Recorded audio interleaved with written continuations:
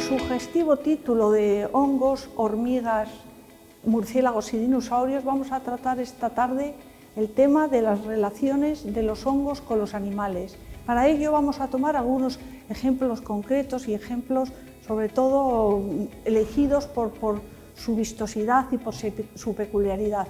Así hablaremos, por ejemplo, de las hormigas jardineras, hablaremos de las hormigas zombificadas. Trataremos un asunto también muy interesante que preocupa mucho a los biólogos de la conservación, que es el síndrome de la nariz blanca, que está diezmando las poblaciones de los murciélagos en Estados Unidos. Y para terminar, trataremos del papel que los hongos pudieron jugar en la extinción de los dinosaurios. Muchas gracias por asistir esta tarde, muchas gracias también a todos vosotros por vuestra asistencia. Y vamos a empezar, pues sí, con esta charla que tiene pues un título cuando menos sugerente, pero que hace honor al contenido de la charla, si no ya me lo diréis al final, si hemos hablado de esos 4 grupos de organismos. En realidad podríamos resumirlo, este título podríamos resumirlo en 2 palabras. Vamos a hablar hoy de las relaciones de los hongos con los animales. 2 grupos de organismos, 2 reinos diferentes, no tan separados uno de otro desde el punto de vista filogenético, y vamos dentro de los múltiples tipos de relaciones que existen entre los hongos y los animales, vamos a fijarnos en algunos casos concretos que por lo llamativo creo que os pueden interesar. Y vamos a empezar ahora. Vamos a empezar hablando de los hongos. Los hongos es un grupo de organismos de los que tenemos una idea extraordinariamente estereotipada, hasta tal punto que confundimos casi siempre la parte con el todo. Y lo confundimos de tal modo que por hongo se conoce a una especie, en el lenguaje popular hongo se conoce a una especie de las casi 110.000 que en este momento hay descritas.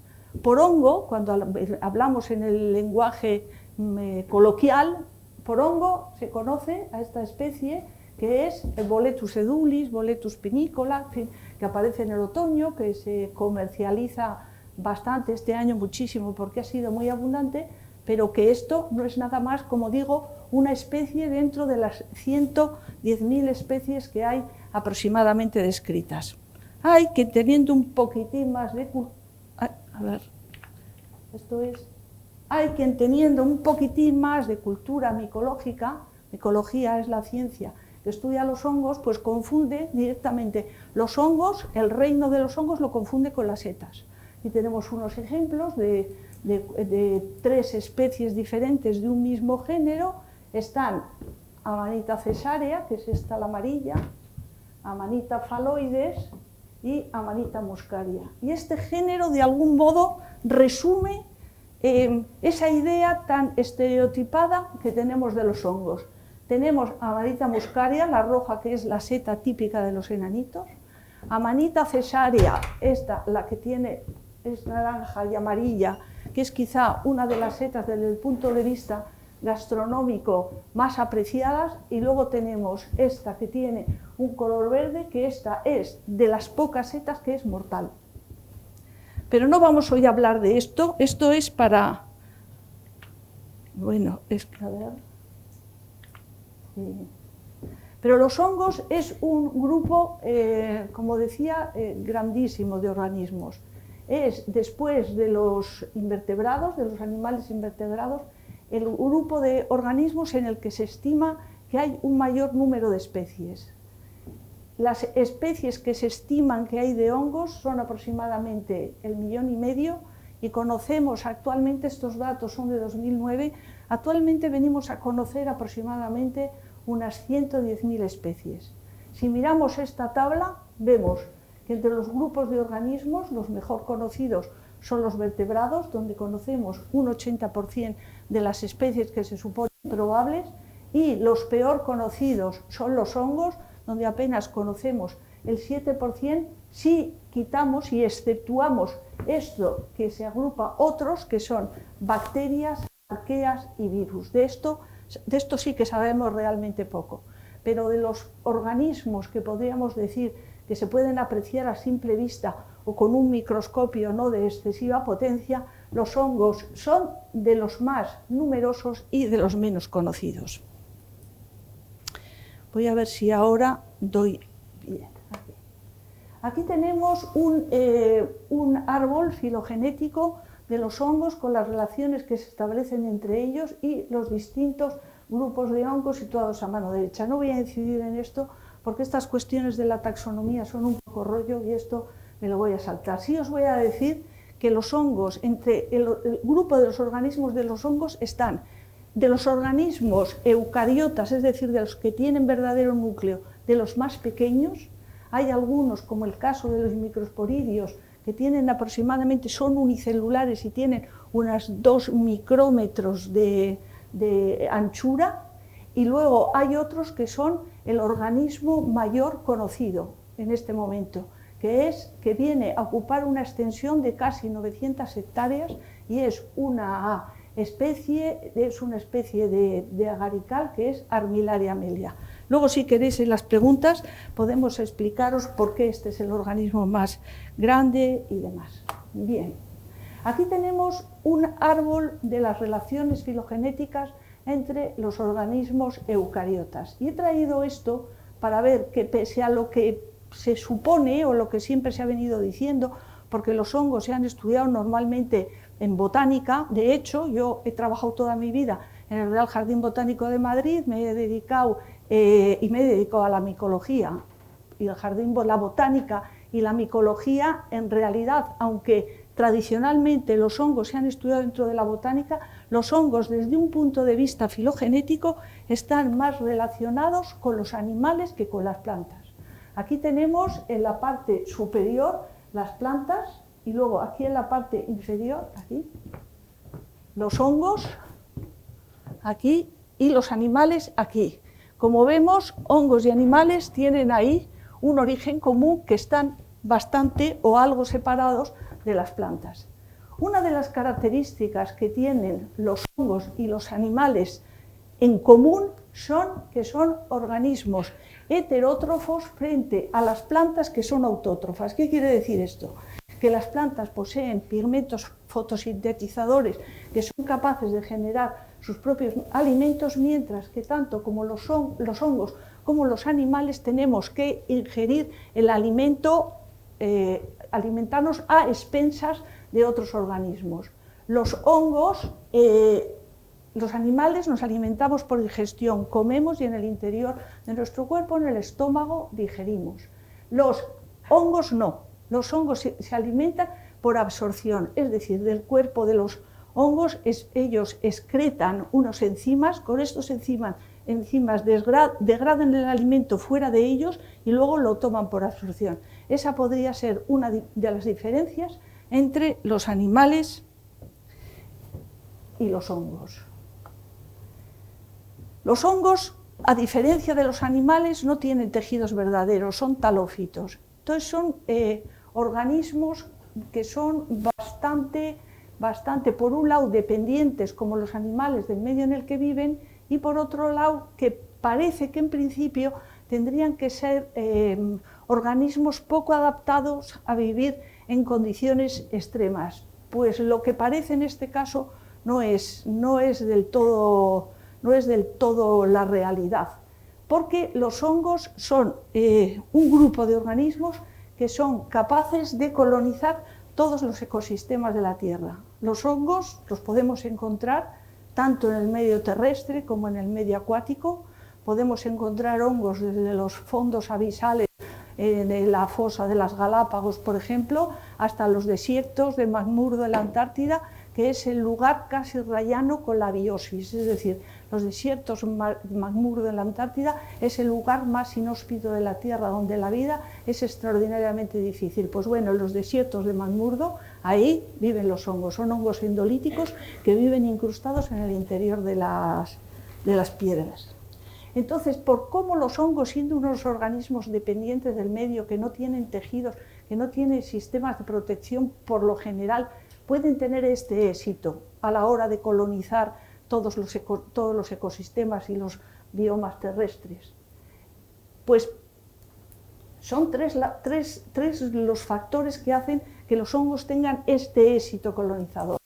Uno, tienen una enorme adaptabilidad, son capaces de adaptarse a todos los lugares. Dos, son capaces de formar alianzas con otros organismos, es decir, se unen a otros organismos, ambos organismos sacan un beneficio mutuo y de ese modo pueden colonizar lugares que ellos solos no podrían hacerlo. Y tercero, tienen un poderosísimo sistema enzimático, tan poderoso que son capaces de degradar sustancias de la naturaleza, sobre todo polímeros como puede ser la lignina, que no hay ningún otro tipo de organismos que sean capaces de degradarlo.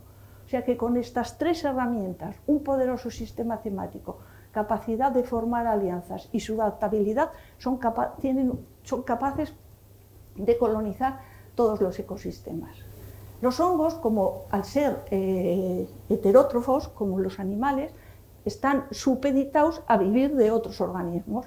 Y estos organismos pueden ser plantas o animales, o incluso los propios hongos. Pero vamos, estos son casos minoritarios y no los vamos a tratar.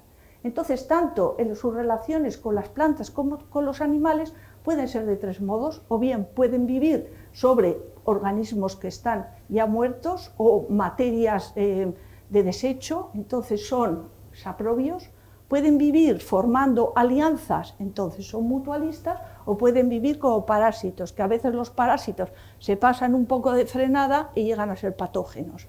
Lo normal es que sea un parasitismo porque al primero que no le interesa matar a su hospedante es al propio hongo, entonces la mayoría son patógenos, pero no llegan a ser, no llegan a matar al hospedante. Son parásitos, pero no llegan a ser patógenos hasta el extremo. Bien. Aquí tenemos algunos tipos de relaciones de los hongos con las plantas, esto es a modo de introducción, y entre los parásitos tenemos, por ejemplo, uno que ha sido extraordinariamente conocido aquí hace el verano anterior y este verano pasado, que es un hongo que ataca a las hojas de los Pinus insignis, que se ha llevado por delante, desde luego en Guipúzcoa, muchísimas plantaciones de Pinus insignis. Ese sería el caso de un hongo parásito. Hay otros que son saprobios, que viven, es decir, sobre madera muerta, degradada, como por ejemplo es el caso de este amarillo, es una tremela, o de este otro que está aquí debajo, que es un Sterium, son hongos de la madera que degradan las maderas y entonces forman parte de los ecosistemas de los bosques. Y luego la relación mutualista, que son las de las micorrizas, donde tanto el árbol que es micorrizado como el hongo micorrizógeno, los dos obtienen un beneficio. Por ejemplo, sería el caso del díscalo, Lactarius deliciosus, que siempre vive asociados a distintas especies de pinos. Y vamos a pasar ahora a hablar de la relación de los hongos con los animales. Y vamos a empezar con aquellos que son saprobios, es decir, de los hongos que viven sobre o bien animales muertos o sobre materia orgánica en descomposición, por ejemplo, el estiércol. Entonces el animal lo que hace es ingiere la hierba, en la hierba están las esporas del hongo, pasa por el tracto digestivo, germina en el estiércol, germina la espora, las esporas se dispersan, muere así, y de este modo se cierra el ciclo. Hay algunos hongos de este tipo, es decir, hongos saprobios, que son coprófilos, porque viven en estiércol, copros quiere decir estiércol, que es necesario que sus esporas pasen por el tracto digestivo de un rumiante, por ejemplo, o de otro tipo de animales, para luego poder fructificar. Por ejemplo, ese es el caso de las trufas. Las trufas son micorrizógenas, pero necesitan que la pared de las esporas sea atacada por los ácidos del estómago del animal para que puedan germinar. Y en estos hongos coprófilos pues existe una una especie de secuencia de hongos, empiezan apareciendo unos y luego van cambiando, depende el grado de degradación del estiércol, van cambiando de unas especies a otras. Bueno, ahora vamos a empezar a hablar ya propiamente de lo que es esas relaciones un poco especiales que guardan los animales y los hongos. Y vamos a empezar hablando del origen de la agricultura. ¿Dónde está el origen de la agricultura en los humanos? ¿Cuándo aparece la agricultura en la historia de la humanidad? Pues la agricultura apareció de manera independiente por lo menos 5 veces en la historia de la humanidad. La primera, más antigua, apareció en una zona que se llama, está aquí, en el creciente fértil, que es Mesopotamia, entre los ríos, el Tigris y el Éufrates. Ahí hay un gran valle, Mesopotamia, quiere decir entre los 2 ríos, y aquí apareció hace aproximadamente unos 9.000 años antes de Cristo. Aquí apareció por primera vez la agricultura con el cultivo del trigo. Hace unos 7.000 años apareció también en la cuenca del río Yangtze y el río Amarillo, aquí en China, y esta fue el cultivo del arroz. Después, entre 7.000 y 4.000 años, en la zona de Papúa Nueva Guinea, las bananas. Y luego ya más recientemente, en la zona de África, entre 3.000 y 2.000 años antes de Cristo, el sorgo, y luego en América, también entre 3.000 y 2.000 años antes de Cristo, en la zona de los Andes, la patata y la quinoa. En Centroamérica, sobre todo, Norteamérica, México es Norteamérica, pero en la parte, aquí en la parte sur de México apareció el cultivo del maíz, y luego aquí el girasol, ya un poquitín más reciente, entre 2.000 y 1.000 años. Pero esto es en el caso de la humanidad, porque en realidad ya la agricultura, había animales que practicaban la agricultura muchísimo antes, casi con 40 millones de años antes de esto que estamos hablando. ¿Y qué animales son estos? Pues son los insectos agricultores. Hay fundamentalmente 3 tipos de insectos agricultores. Uno son las hormigas cortadoras de hojas, que se originaron, estas son propias de América, fundamentalmente van desde el sur de Estados Unidos hasta Argentina, son muy abundantes en la región amazónica, y estas ya se ocupaban de la agricultura hace entre 45 y 65 millones de años. Estas son unas. Otras son las termitas jardineras.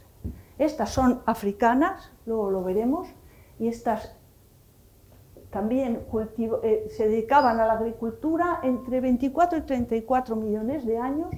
Y luego el tercer grupo es lo que llamamos escarabajos ambrosía, que esta se originó, estas técnicas agrícolas por lo menos 7 veces diferentes, entre 20 y 60 millones de años. Y vamos a empezar hablando de las hormigas cortadoras de hojas.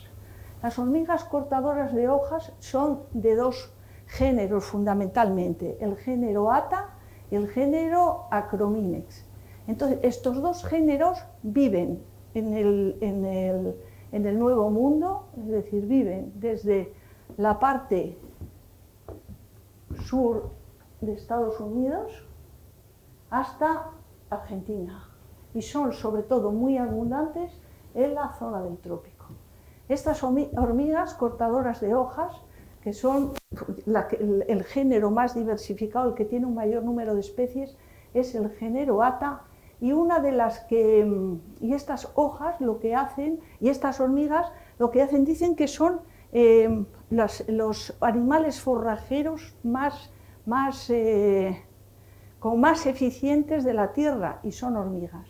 Entonces, estas hormigas, ¿para qué cortan estas hojas y las llevan a sus nidos? ¿Qué es lo que hacen con esas hojas?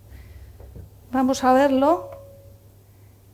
Aquí tenemos unas infografías de qué es, para qué quieren esas hormigas las hojas, qué hacen con ellas y por qué se preocupan de estar trabajando todo el día saliendo de sus nidos, estos son subterráneos, están enterrados bajo tierra, están formados por varias cámaras diferentes. Bien, pues estas hormigas salen y van cortando hojas, aquí que lo vemos ahí en la parte superior, van cortando hojas, aquí también lo vemos, con sus mandíbulas, como si fueran unas tijeras, cortan trozos de hojas que son mucho más grandes que ellas. Yo la primera vez que vi estas hormigas las vi en Panamá, en el centro, en el canal de Panamá, a la hora de construir el canal de Panamá tuvieron que hacer en el centro de Panamá un lago artificial, porque ¿qué es lo que sucede? El Pacífico y el Atlántico no están a la misma altura. Entonces, para equilibrar el agua, en el centro hay un lago que es el que hace, podríamos decir, un poco como de tampón para equilibrar el agua de un lado y de otro. Pues bueno, inundaron una parte como si fuera un gran embalse y el lago se llama el lago Gatún. En medio de ese lago quedó una isla artificial que se llama Barro Colorado. Entonces, esa isla tiene una estación biológica, que es una estación de la Fundación Smithsonian estadounidense. Entonces, esa isla es en sí un laboratorio biológico donde todo está monitorizado. Ahí se pueden hacer todos los estudios que se quieran, porque todo está estudiado para hacer estudios biológicos. Por ejemplo, cuando estuve, yo me voy a despistar un poquitín de lo que estaba hablando, pero es interesante. Había una chica norteamericana que estaba haciendo un estudio sobre el vuelo de los murciélagos.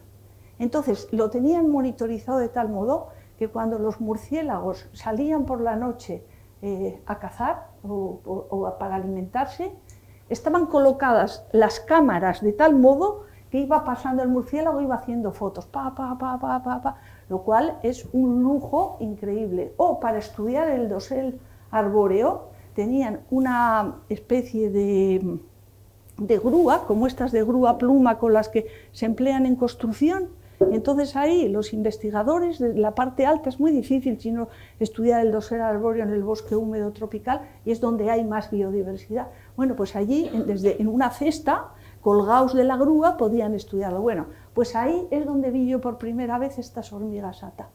Entonces me fijé que en el suelo había como una marca verde brillante. Entonces digo, ¿pero esto que hay aquí verde brillante qué es? Como una línea. Bueno, pues era una línea interminable de hormigas ata que iban todas con sus hojas colocadas aquí en la parte de arriba de la cabeza, como se muestra ahí. Bueno, salen, cortan las hojas y vuelven a sus nidos. Entonces vamos a ver, aquí tenemos esto aumentado. ¿Y qué es lo que hacen? Entran en el nido con las hojas, las vemos que entran, y estas hojas grandes las depositan en una cámara.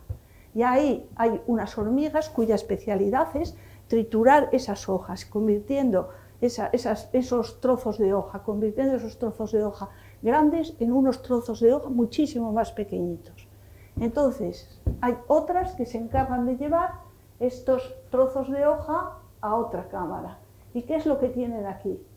Aquí lo que tienen es un cultivo de hongos. Esto que se ve aquí blanco es el micelio de los hongos. Pero claro, para cultivar los hongos necesitan que a esos hongos darles alimento, proveerlos de algo. Los hongos para crecer necesitan alimentarse, son incapaces de sintetizar sus propios alimentos. Entonces extraen el alimento de esas hojas que les traen las hormigas. Y otras hormigas son las que se encargan en llevar estos trozos de micelio a la cámara donde está la reina y las larvas para darles de comer. Es decir, las hormigas lo que hacen en realidad es cultivar el micelio, que es de lo que se alimenta en realidad la colonia. Como hemos dicho, estos son los nidos, están enterrados debajo tierra, y entonces las especies de hongos que cultivan son estas que vemos aquí en la parte la parte superior, que bueno, son géneros de lepiotas de las pequeñitas, leucocoprinus y demás, pero que muy difícilmente fructifican, es decir, muy difícilmente se forman las setas, porque en realidad lo que les interesa es el micelio. Pero las cosas no son tan sencillas en esta colonia, porque además de las hormigas, porque además de los hongos, en estas colonias aparecen a veces también otros hongos que son parásitos. Son hongos parásitos que pueden acabar invadiendo la colonia, matando a las hormigas y a los hongos de los que éstas se alimentan. Y estos hongos parásitos, que son fundamentalmente del género Scopopsis, ¿cómo los controlan las hormigas? Con unas bacterias que viven en el interior, que conviven con hormigas y hongos beneficiosos, que producen una serie de sustancias antibióticas que son los que mantienen a raya a estos hongos parásitos. Bien, y bueno, pues podía llegar a pensar, bueno, ¿y por qué las hormigas cultivan hongos y no plantas? También podría triturar mucho las plantas y con eso dar de comer a las larvas. Pues porque es imposible, no pueden cultivar plantas porque primero las plantas para crecer necesitan luz y estas hormigas viven en el interior, viven subterráneas. Luego las plantas necesitan un espacio para crecer que los hongos no necesitan. Las plantas para reproducirse necesitan ser polinizadas, los hongos no. Y todo esto excluye por eso el cultivo de plantas en estas hormigas que son subterráneas. Y ahora vamos a ver, este es el caso de las hormigas ata que viven fundamentalmente en la región neotropical. Y ahora vamos a ver las termitas jardineras, que estas viven en el paleotrópico, es decir, en las selvas africanas y asiáticas.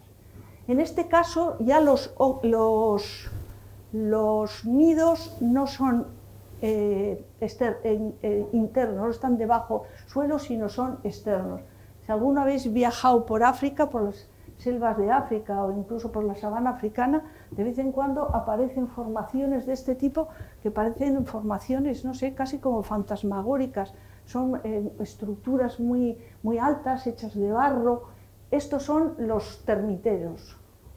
Entonces, en estos termiteros, en la parte interior de los termiteros, aquí se ve, es donde las termitas, estas jardineras, como en el caso de las ata, cultivan sus hongos. En este caso, las termitas son las que transportan el micelio del hongo desde fuera hacia el interior de sus nidos, porque en el caso de estas termitas sí fructifican el hongo fuera del termitero.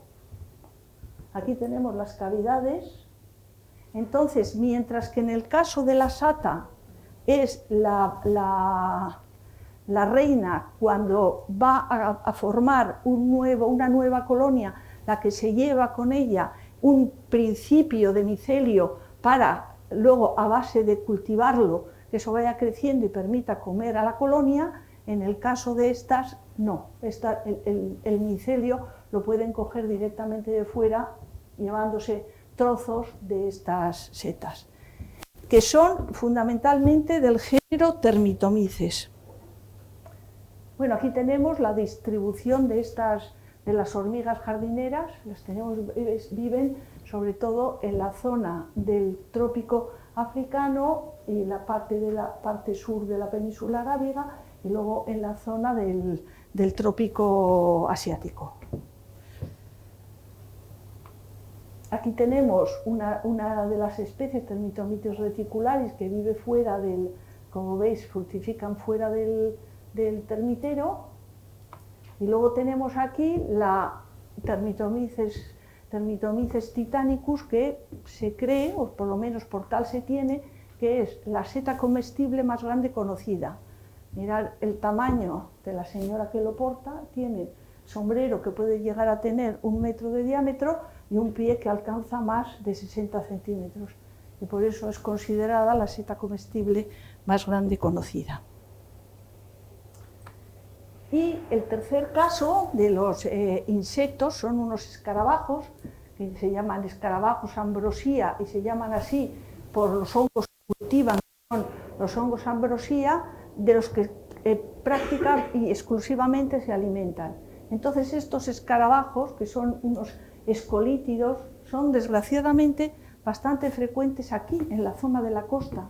Es unos insectos que se han importado con maderas que han venido fundamentalmente de la región asiática, y entonces estos, la zona de la costa, los muebles están llenos de unos insectos que los llamamos polillas, pero que en realidad son estos escolítidos, que lo que hacen es, tienen en la parte de atrás, cerca del lugar del ovopositor, es decir, del lugar por donde ponen los huevos, tienen una zona que se llama micangio, y ahí transportan micelio del hongo. Cuando penetran en la madera y contaminan la madera con el micelio del hongo, este micelio se va extendiendo porque se alimenta de madera y es a su vez lo que sirve de alimento al escarabajo y lo que sirve de alimento también a sus larvas. Yo veraneo en EA y desde luego llevamos 3 o 4 veranos que está lleno de estos escolítidos, que además salen en verano, entonces los ves por la casa y dices, ya están estos aquí, por más carcomil que les pones, no hay modo de... Bueno, aquí tenemos algunos ejemplos de estos insectos con los hongos que cultivan.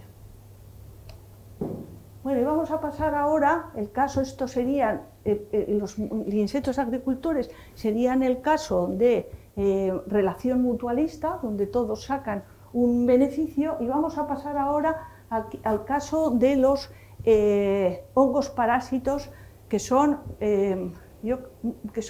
muy interesantes. Aquí tenemos quizá un juego que os suene del Last of Us, que es un juego de la PlayStation que tiene ya, bueno, algún tiempo, debe tener como unos 8 o 10 años este juego. Entonces consiste que la parte de la población mundial le ha atacado un hongo, ese hongo ha zombificado a la gente y entonces hay una niña que parece que es inmune a ese tipo de zombificación, un señor que la tiene que ir a rescatar y demás, y bueno, se tienen que ir librando de todos estos zombies. Este juego, posteriormente se ha hecho una serie de televisión que se titula del mismo modo, y entonces está basada esta serie, lo mismo que el juego, en un hecho real. Es decir, existen unos hongos que son del género Ophiocordyceps, que zombifican no a las personas, ahí está la imaginación de la ciencia ficción, sino que zombifican a las hormigas. Entonces vamos a ver cómo es esta zombificación y qué es lo que hace el hongo que la hormiga haga para beneficiarse él. Y vamos a ver, tenemos aquí, estos son los protagonistas de esta historia que vamos a contar. Está por un lado la hormiga, que la vemos aquí abajo, y por otro lado el hongo, que es esto que le asoma aquí por encima de la cabeza. La hormiga es Carponotus leonardi, es la hormiga, que es esta es una especie concretamente que es de las selvas de Tailandia, y el hongo es Ophiocordyceps unilateralis. Normalmente cada hormiga, cada especies de hormigas, tienen su especie específica, valga la redundancia, de hongos. Pero bueno, esto nos importa quizá un poquitín menos y vamos a ver qué es lo que hace el hongo con la hormiga, porque es una cosa que yo, cuanto más lo pienso, más espectacular me parece. Veréis en qué consiste la historia. Se trata de la relación que se establece, esto es muy importante, que se establece entre unas hormigas que viven a 15 metros de altura, en los árboles, como a 15 metros de altura, y la relación se establece con un hongo que para fructificar necesita las condiciones que hay cerca del suelo, aproximadamente a 15 centímetros del suelo. Estamos hablando de una hormiga que apenas tiene 2 milímetros de tamaño y el hongo parecido, porque veis allí arriba a mano derecha, pone el tamaño real que tiene, ¿no?, la hormiga y el hongo, es decir, son prácticamente imperceptibles. Bueno, ¿qué es lo que sucede? Estas hormigas tienen sus colonias, como decía, a 15 metros del suelo. Entonces estas hormigas, que son hormigas carpinteras, bajan por los troncos al suelo del bosque a buscar, pues ahí semillas, a buscar alimento, y cuando llegan aquí a la parte del suelo, este suelo está como un campo de minas lleno de esporas del hongo. Entonces, cuando la hormiga pasa